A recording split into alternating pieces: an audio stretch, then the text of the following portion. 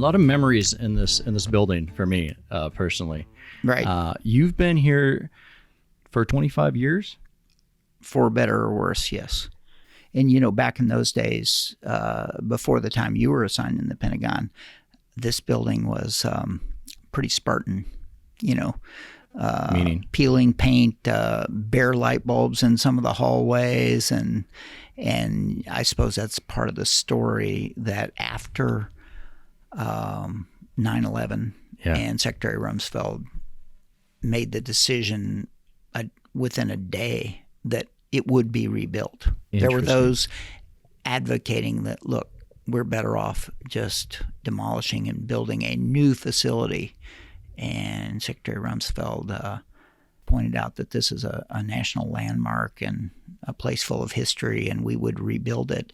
And it has been rebuilt. And as you saw walking in, and from your time in the Pentagon, it's like a museum. There are a lot of pictures on the walls, paintings, memorials, history, and so and of course all the safety features have been built into it. You're talking about maybe demolishing it and moving into a different headquarters. I couldn't see a DC without the Pentagon. Right. Let's back up before the Pentagon, before you even started serving, before you were in uniform. Why did you decide to serve in the first place? Probably growing up in a military community had something to do with it. I looked up to people in the military. My father was in the Air Force, and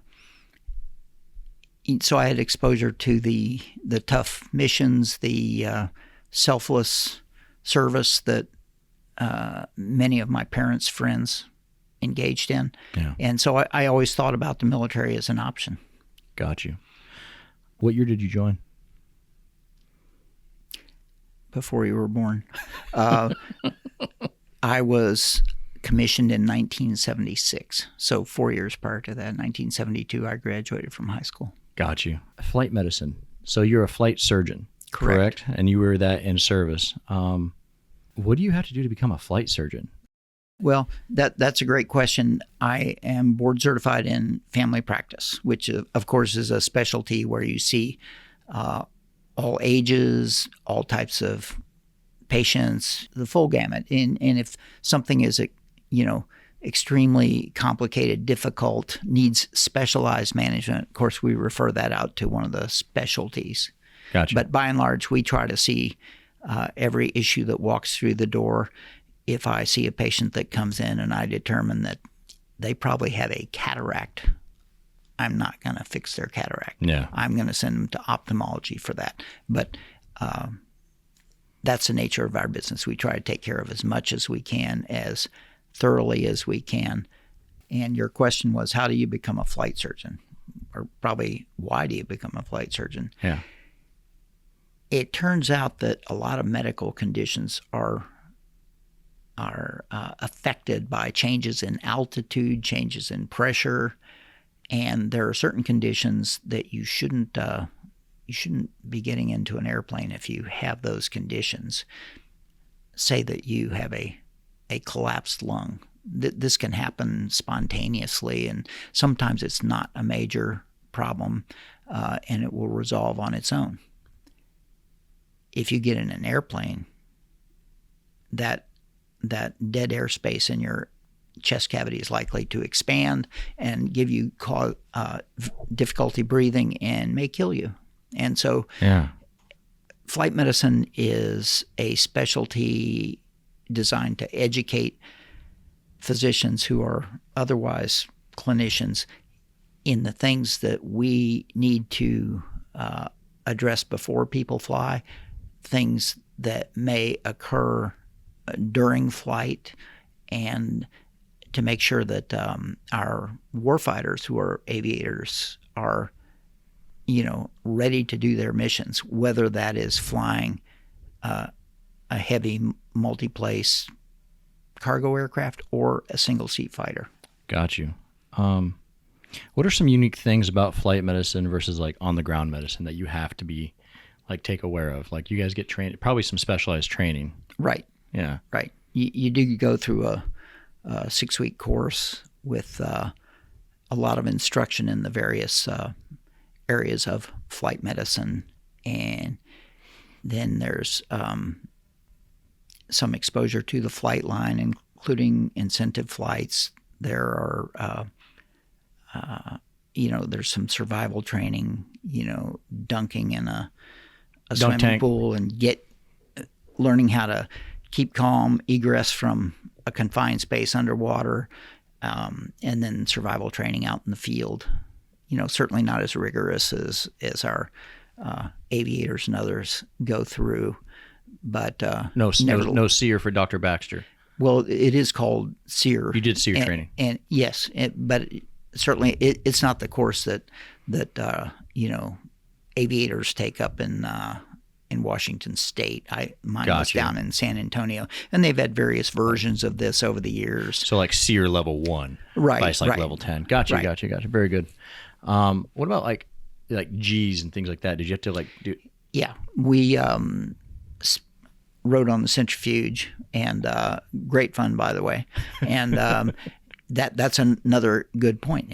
These things affect you when you're flying. I mean, and experiencing the centrifuge really gives you a feel for how much work it is to stay conscious when you're pulling a lot of G's. That's why our flyers wear G suits.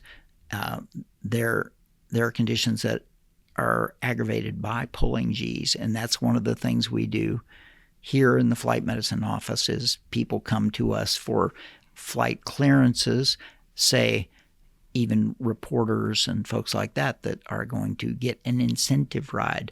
There are certain conditions where we wouldn't want them to be pulling G's, like if they had herniated discs in their neck or they have cardiac problems or something like that. We're going to say that this is not a good idea. Gotcha. Very good. While you were you eventually became the commander of the Pentagon Flight Medicine. Correct. Talk to me about the journey to that point. What was how does one become the commander of the Pentagon Flight Medicine Clinic? Okay. Well, believe it or not, I went to law school. I came into the Air Force as a JAG officer. I was a trial lawyer, prosecutor, defense counsel, civil litigation in federal court for the Air Force, and just determined that I had a deep interest in science and medicine in particular. I went back, got the prerequisites to go to medical school. Never knew if I would ultimately do that, but along the way I did apply. I did get in.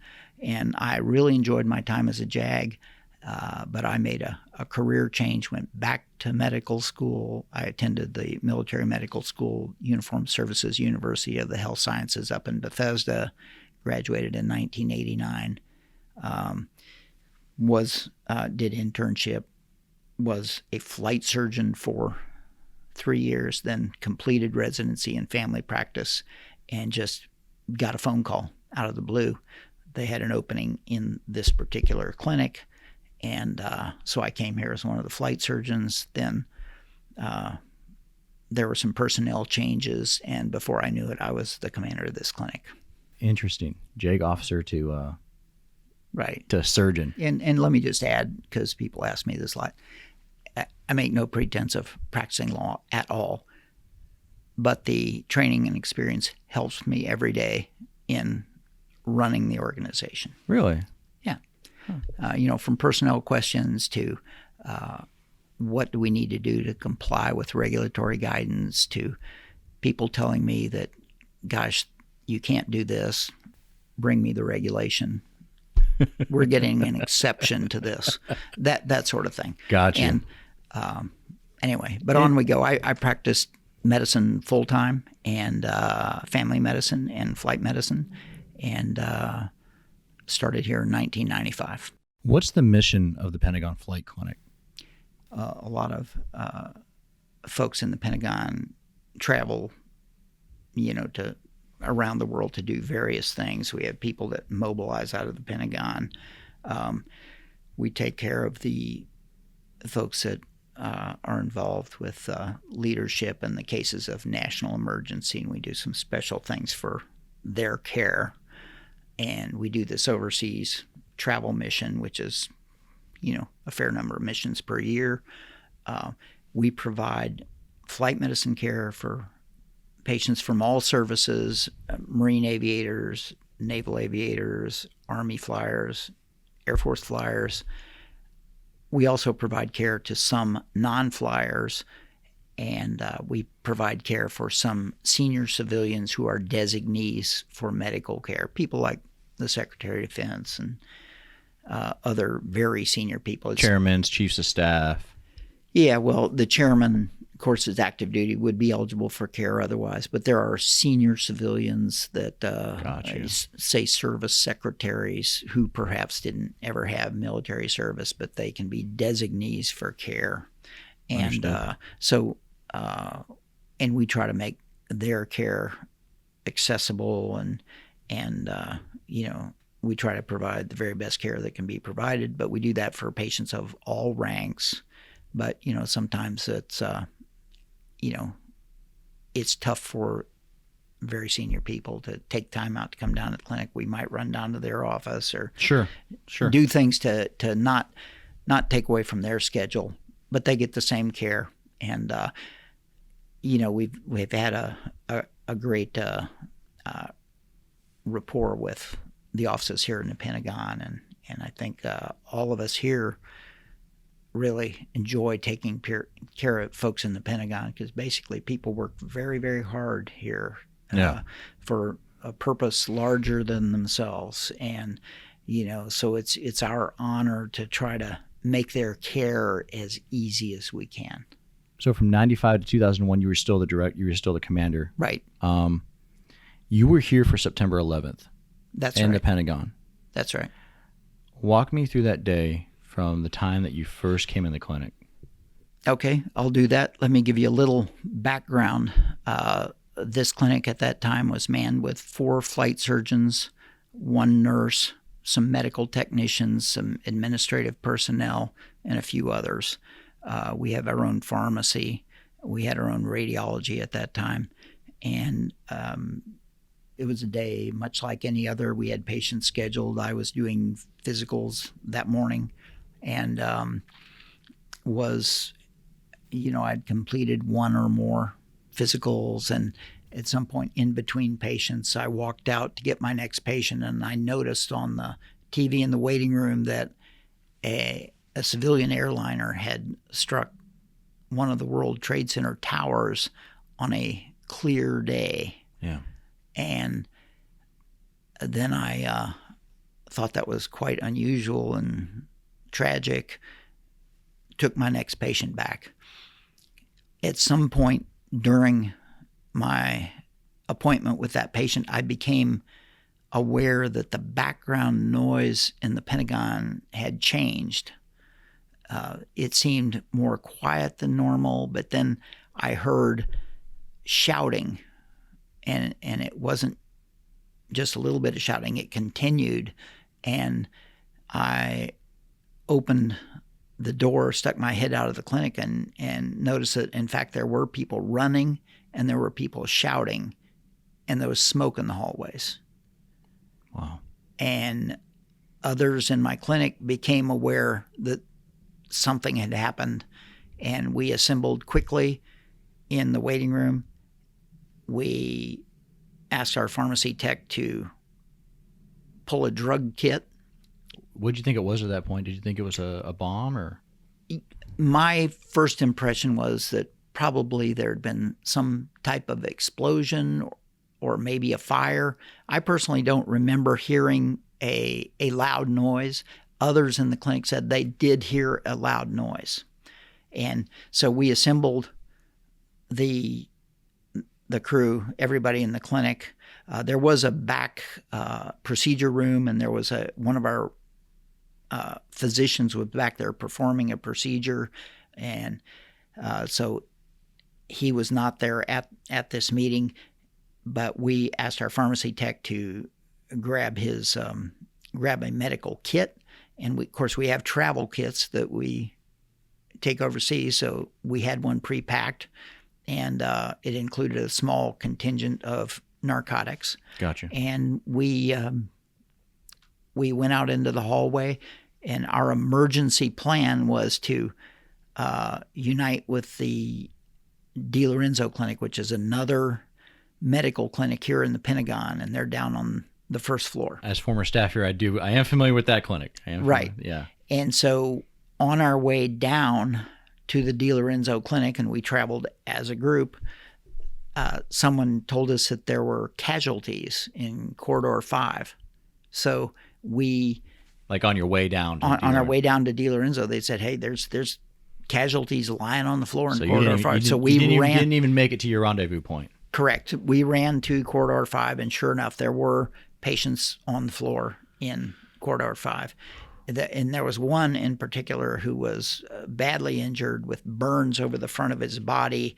He was an Army lieutenant colonel, and he was in excruciating pain. Most of the skin was peeled off his face and his exposed hands, and he was trembling with pain. And so I talked to him.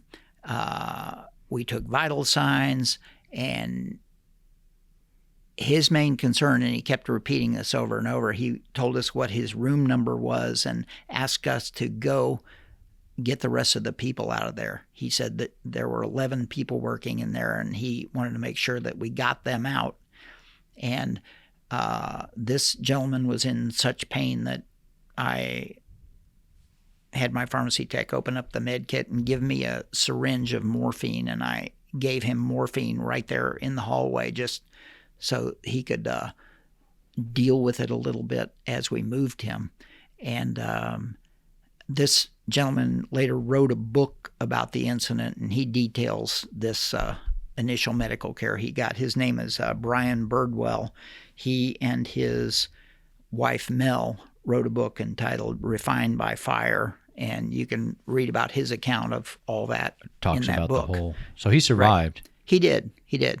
And amazing. Went back to Texas. I think he was an elected representative down there, if I'm not mistaken. Wow. But just a wonderful family. And he was one of the people that, was all over the news when President Bush went to visit the injured in the Washington Hospital Center burn unit, and he was a guy that was horribly injured and saluted the president, even though it was very painful. He saluted the president, and that, even though he had skin grafts. Yeah, and that made the news. Wow.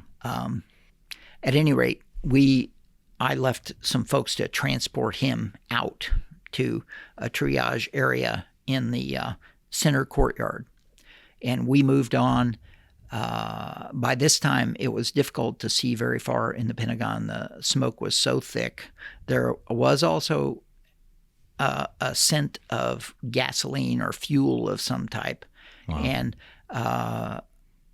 we were all coughing, but what we did was... At this point, you still don't know what caused the whole thing. We do not. But wow. Our concern was evacuating people, and our choice was to get them to the center courtyard. So we basically shouted down the hallways in each direction. We were on the first floor, fifth corridor at that time, and we shouted down both corridors, both directions, told them to come our way. And we did have a few people, and we directed them to the center courtyard. Then we took a stairwell, and we went all the way to the fifth floor, and we went as far as we could in each direction, shouting to evacuate, go to the center courtyard, come this direction. Because, again, you couldn't see. You could see a little bit down by the floor, but you like certainly... by your feet, but everything else right, was smoke. Yeah. And, wow. Again, everybody was continuously coughing.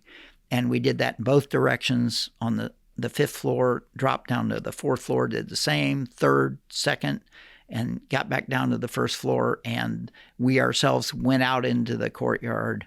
And what were you guys feeling at this time? Probably pretty coughing pretty hard.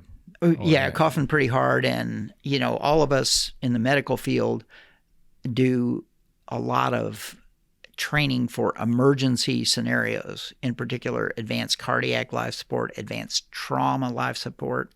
And I had been an advanced trauma life support instructor for a number of years.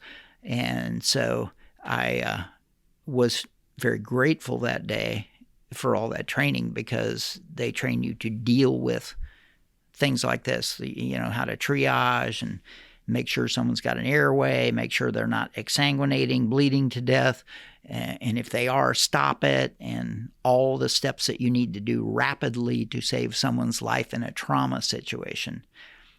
At any rate, we had a number of people lying on the ground in the middle of the courtyard, and we weren't the only helpers there. There were all sorts of folks who had brought patients out into the courtyard. Many of them, I'm sure, were not medical people. They were just bringing their colleagues and coworkers out there. They were just seeing where it was, where everybody was gathering. And then someone began to shout that there was an incoming in 2 minutes, and kept shouting that. And so we... Incoming as in a helicopter's coming to pick people up? Or No, like incoming, some kind of incoming threat. And oh, wow.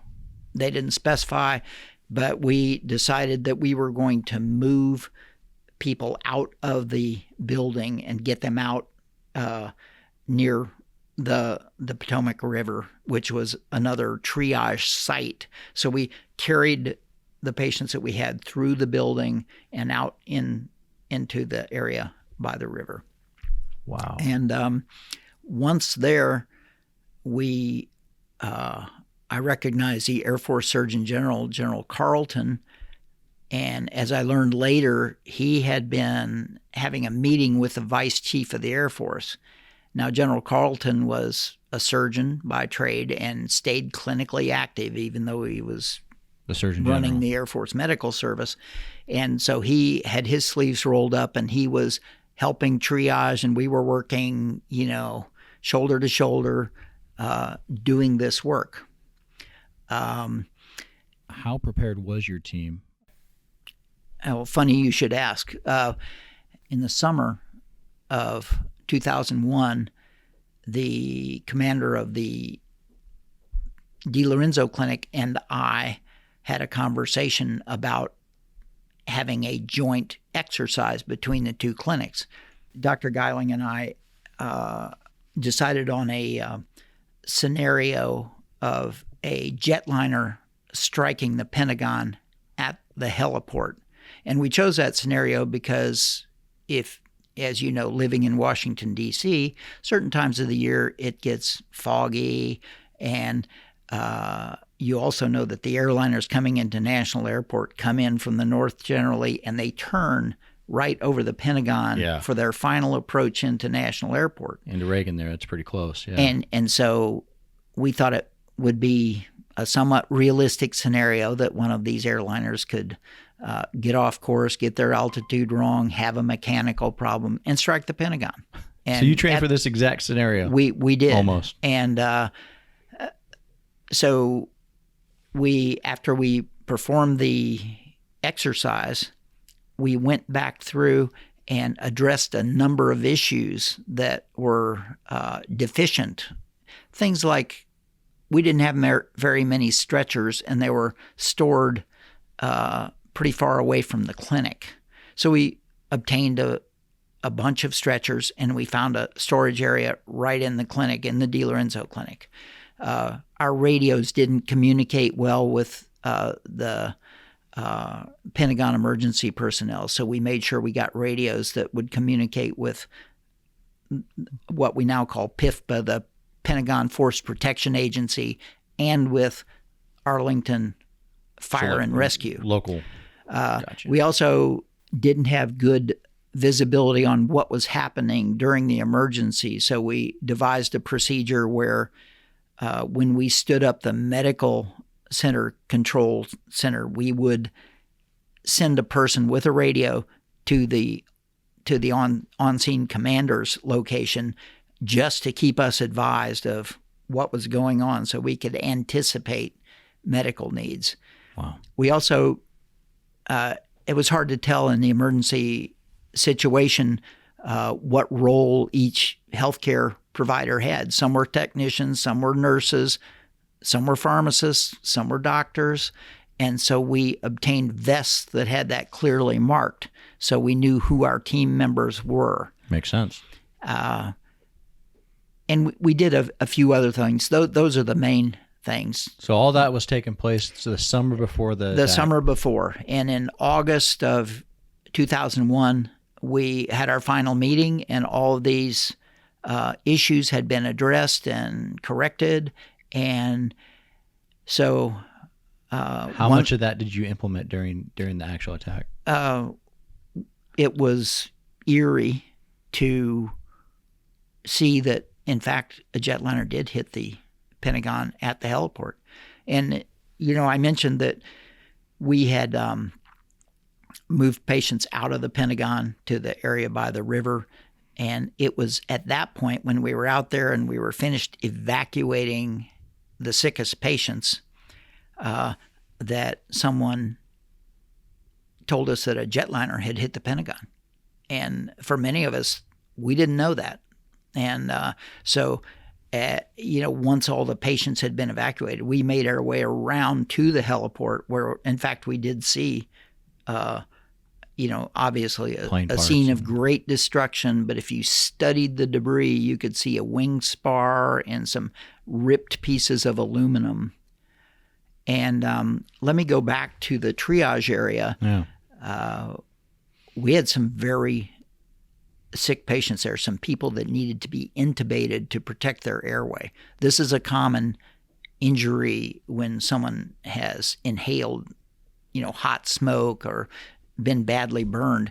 Their airway will remain open for a few minutes, but then because of the damage, it will close off and they can't breathe. Oh, wow. So we actually intubated a few patients right there. Intubated meaning like tracheotomy?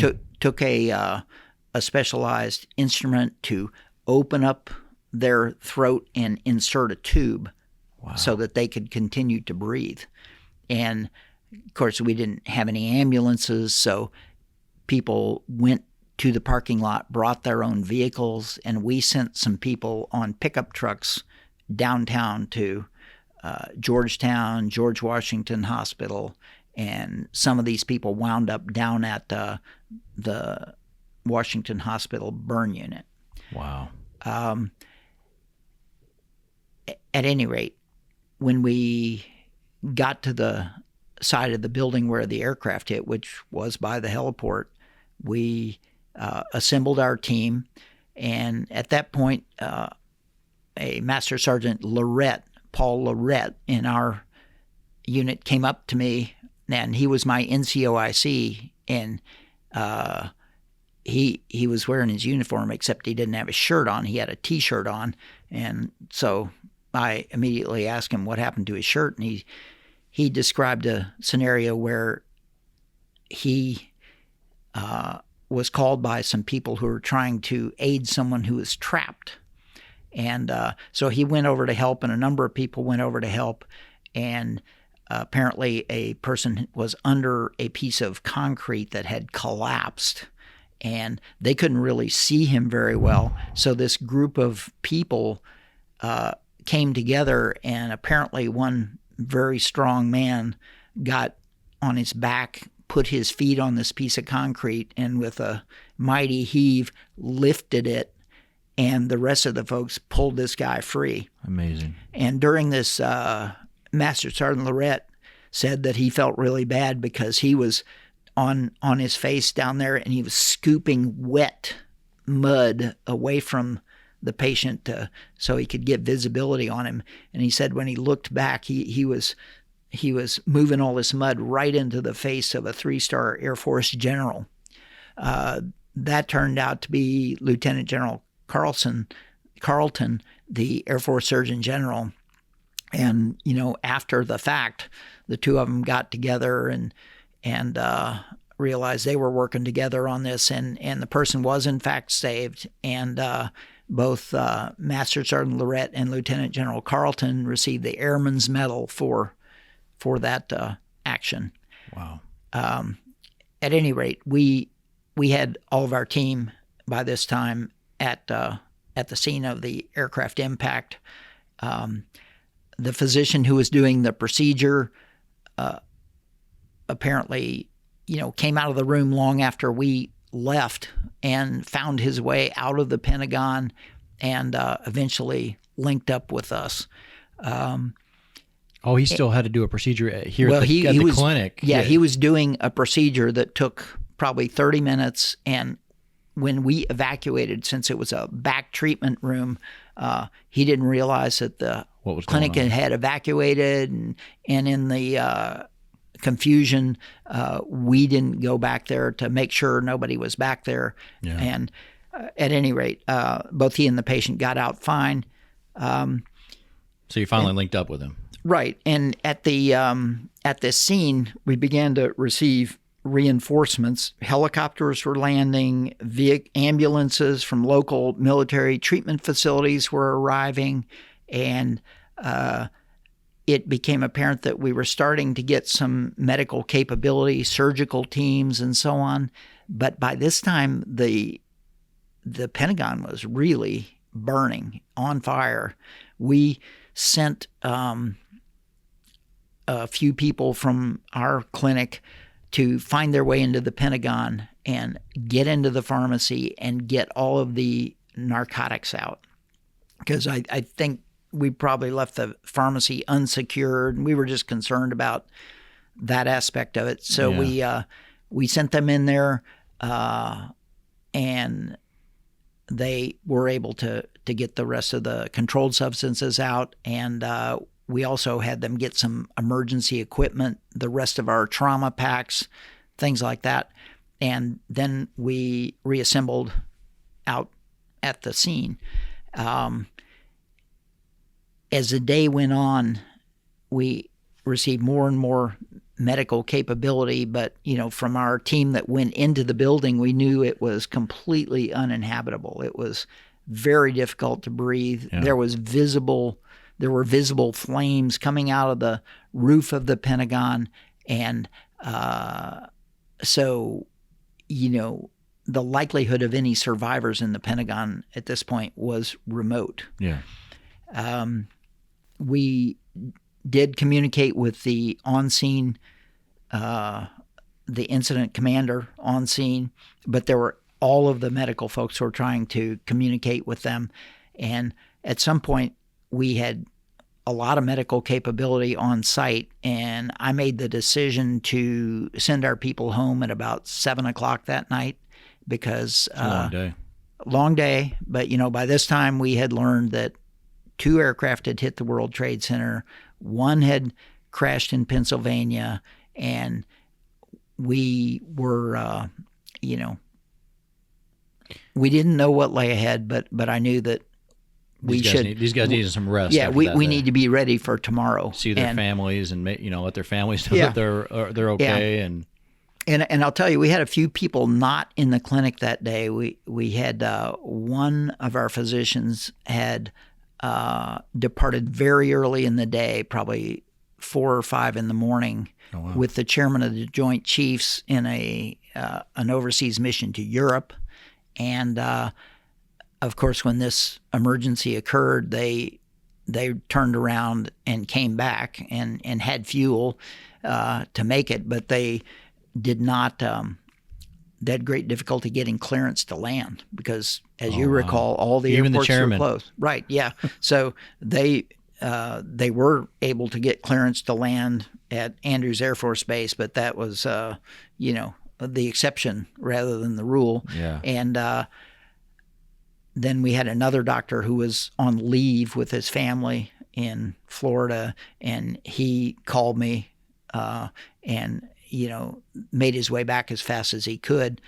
And I would add, that was another thing about the day. We had no cell service. The circuits were overloaded and no way to get a cell phone call through, no way to let your family know you're alive, all that.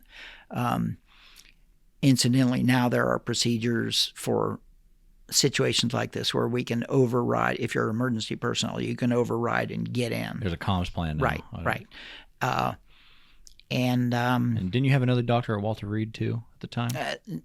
Actually, that was the commander of the DiLorenzo Clinic, Jim Geiling. He was seeing patients at Walter Reed, and when he heard about this, he he got in his car and tried to drive back to the Pentagon. All the bridges across the Potomac were closed, so he just parked his car on a sidewalk and tried to walk across the bridge, and they wouldn't let him come across. But eventually he talked his way through, and he got back here later in the day. So at the time, other than the Surgeon General, you were the senior doctor on the scene. Right. And, we were very lucky that we had worked this scenario because we had just reviewed all the procedures in depth. We had fixed the major problems that we saw, and we had built those relationships with the people working during the exercise. And so we were comfortable just getting right into it. So it went as well as it could have went. Right. Pretty much. And I don't know if I mentioned this earlier, but the other bit of good luck that we had was the jetliner struck the one wedge that had been completed. Mm-hmm. It was reinforced. There was a sprinkler system. There were blast-proof windows. And had those things not existed, I'm afraid the toll would have been much higher. As you recall, the toll was somewhere 170, 180, including the 55 people on the aircraft, 55 or so, which included, I think, 5 terrorists on the aircraft. And so had this been a fully occupied wedge, there would have been thousands of people in that wedge instead of perhaps a few hundred. Gotcha. So it wasn't over after 9/11, though, for you all, was it? No. That was just the beginning, really. Of course, everybody realized that life had changed. Yeah. There's an attack on the American homeland and a premeditated terrorist attack with the intent to kill innocent people. And so everything changed. For starters, Secretary Rumsfeld announced that the following day, September 12th, was a duty day. And keep in mind, the Pentagon is on fire. There are bright yellow flames coming out of the roof of the Pentagon, and there's smoke billowing up to the sky. But that's your place of duty, and this is a duty day. So we reported. Cordons had been put up around the Pentagon, so there was no place to park. I parked on a median somewhere and walked to the Pentagon and came in prepared to evacuate. And again, choking smoke throughout the Pentagon. And so we got to our clinic and started packaging up any remaining pharmaceuticals and medical records. We had a pallet that we were putting all the boxes of medical records on, and we were getting together a plan to get this out to the periphery of the Pentagon so that we could save the medical records from burning. Yeah. And so we worked on that all morning, and by mid-afternoon, we got word that the fire teams had gained control of the fire, and they did this by cutting into the roof. Apparently all their efforts just weren't doing the job, but they came in from the roof and broke into the roof, and that allowed them to get enough water and fire retardant onto the fire that we gained control. The fire wasn't out, but it looked like we wouldn't have to totally evacuate. So we stopped our efforts to do the evacuation and turned our efforts to how are we going to provide care. So you're doing all this while the Pentagon's literally on fire. Yes. Incredible. And also, there were those who immediately surmised that we should tear down this old building and rebuild a modern structure with modern infrastructure and a better structure. Secretary Rumsfeld quickly shut that down. He did, and just mentioning that this building of great historical importance and a lot of proud history, and we would rebuild it. And in fact, that same process that had been taking place, this wedge renovation, we would continue that process and bring it up to a modern structure. And that was important for a number of reasons. I am told that a lot of the electrical switching was in the basement, and with all the water from the fire efforts, it was getting within inches of the main switches in the Pentagon. And so I understand all that's been fixed, and those are much higher now, and So they're somewhere else. many other protective technologies have been put into the building. Very, very good. Very good. Were you part of any teams that had to scan for anthrax later on? Or? Yes. First of all, after 9/11, we went into 7-day-a-week operations from our normal hours had been 7 to 4. We changed it to 7 to 7, and then we worked considerably longer than that many nights. I spent some nights in the Pentagon because it really wasn't worthwhile to Go home and come back. And, it was smoky, and there was soot everywhere. But we did continue operations. We had meetings every day with the DiLorenzo Clinic down in their conference room, talking about all the medical aspects of this. Some of them were concerned about chemical and biological warfare, concern about toxic exposures, concern about PTSD. Yeah. And I will tell you that we had a lot of people who were struggling with PTSD, that particularly the ones that saw the aircraft. They may have been returning to the Pentagon or driving by the Pentagon or walking to their car. And if they saw that airplane impact, that was a video that they could not get out of their mind. They just saw it over and over and over. And there were some people really hurting from that. And there were a number of other people who were survivors. They may have been the only survivor, or one of only a few that survived in their office. Oh. I think Colonel Birdwell had gone out to get a cup of coffee or something, and everybody else perished in his center, as I recall. And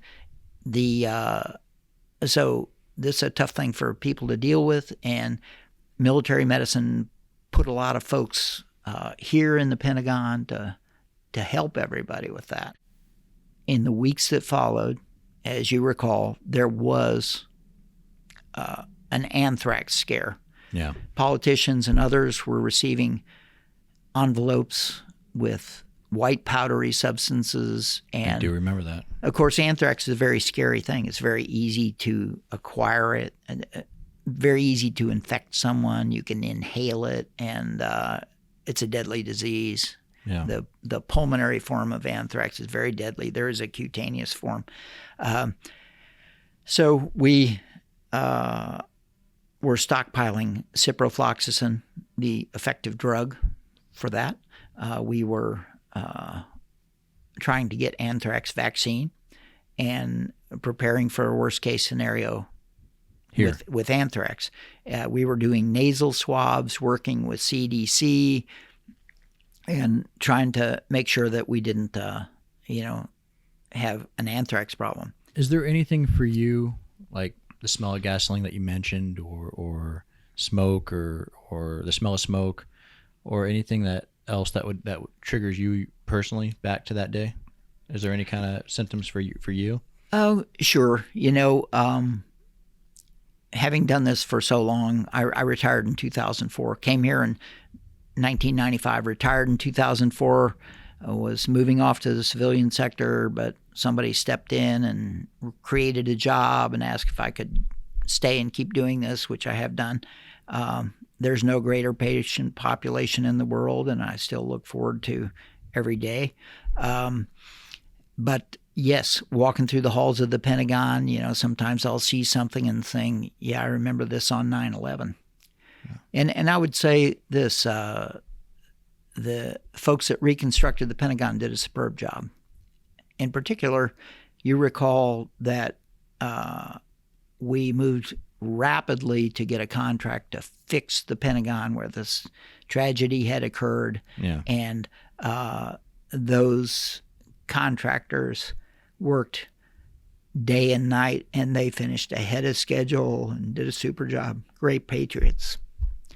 And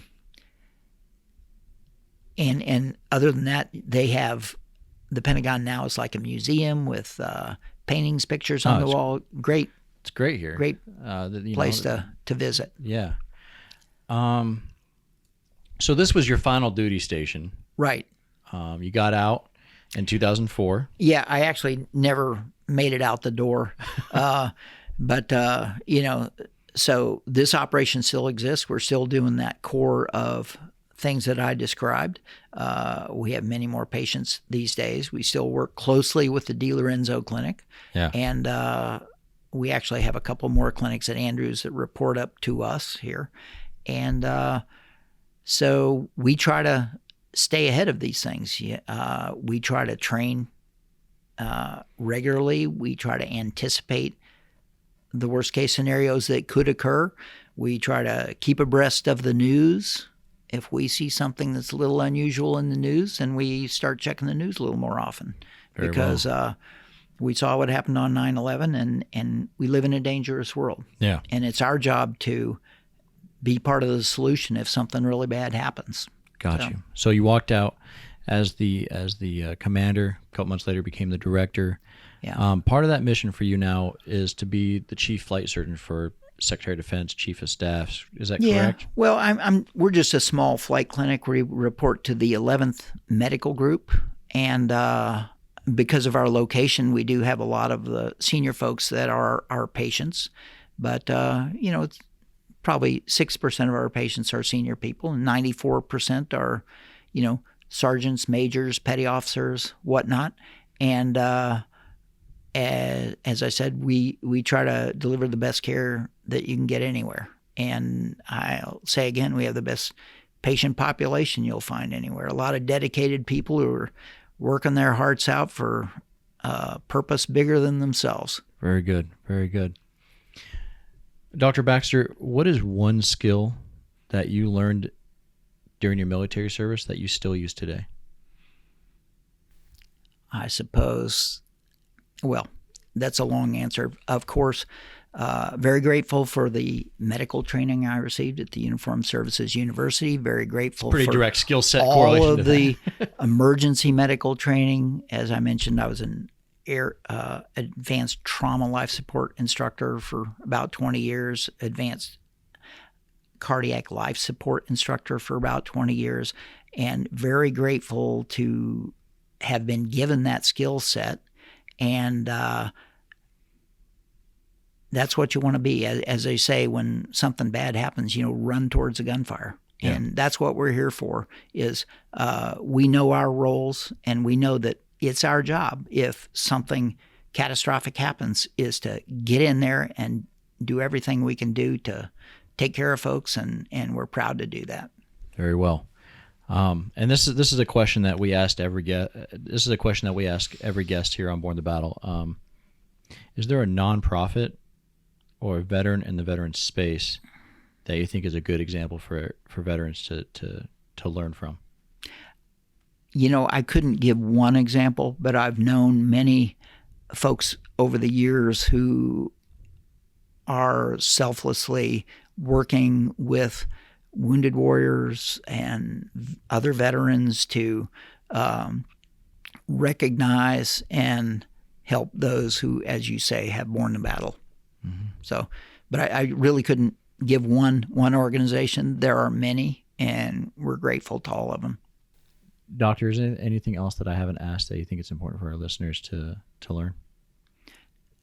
Well, I think you've covered it pretty well, and I just want to thank you for taking the time to help keep these memories alive, because as they say, if you forget the past, you're condemned to repeat it. We gotta get 'em one way or the other. Machine gunner, firefight, bullets fly, day and night rain. Simplify, do or die, another campaign. My desk is a rock where the drug lords cut up millions. My pen is a 7.62 round that'll cut 'em down in an instant. Point, click, pull the trigger to the tune of falling brass. Full benefits and a purple heart and a Russian-made bullet in my bag. Raining down lead, punching that clock. Get 'em boys, I'm laying down cover. Machine gunner, firefight, bullets fly, day and night rain. Simplify, do or die, another campaign. Here we go, lock and load, 0331, lug 1,000 rounds, and I ain't bringing back one.